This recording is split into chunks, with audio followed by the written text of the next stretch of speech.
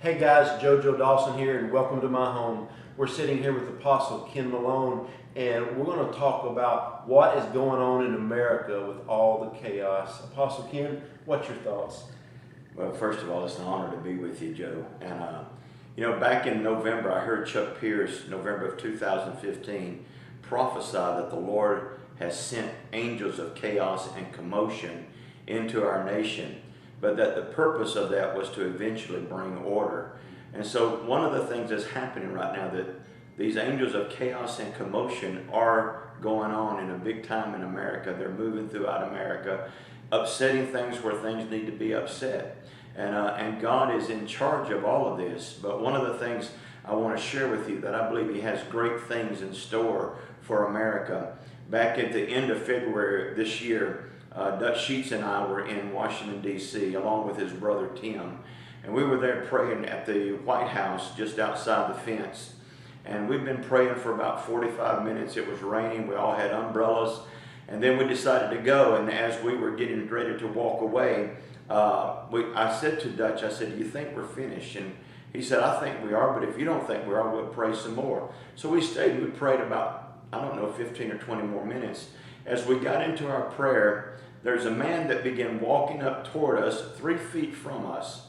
This man could have walked 100 yards either side of us, but he walked within 3 feet of us, and this man had a aura on him, a glow on him, and I really believe he was an angel. And he said this right here: "Mercy, mercy, mercy." And I said to him, I said, "That's what we need." And then he said it 3 more times: "Mercy, mercy, mercy." I launched in behind him to try to talk to him, to ask him who he was. And this man just continued to walk, never acknowledged me. He kept saying, "Mercy, mercy, mercy." One of the things that I took away from that was that the Lord is going to pour out mercy upon America. Even though there are chaotic things going on, I have great hope for this nation. Yes. That God is bringing a huge awakening that's going to touch America. He's going to release His mercy in this nation. And so get excited, because the Lord is going to bring mercy to your town, to your city, and to your life. Amen. And I'm reminded of 2 scriptures that talk about the last days. In 2 Timothy 3, it says, "And in the last days there's going to be perilous times." One translation says difficult times. Another one says dangerous times.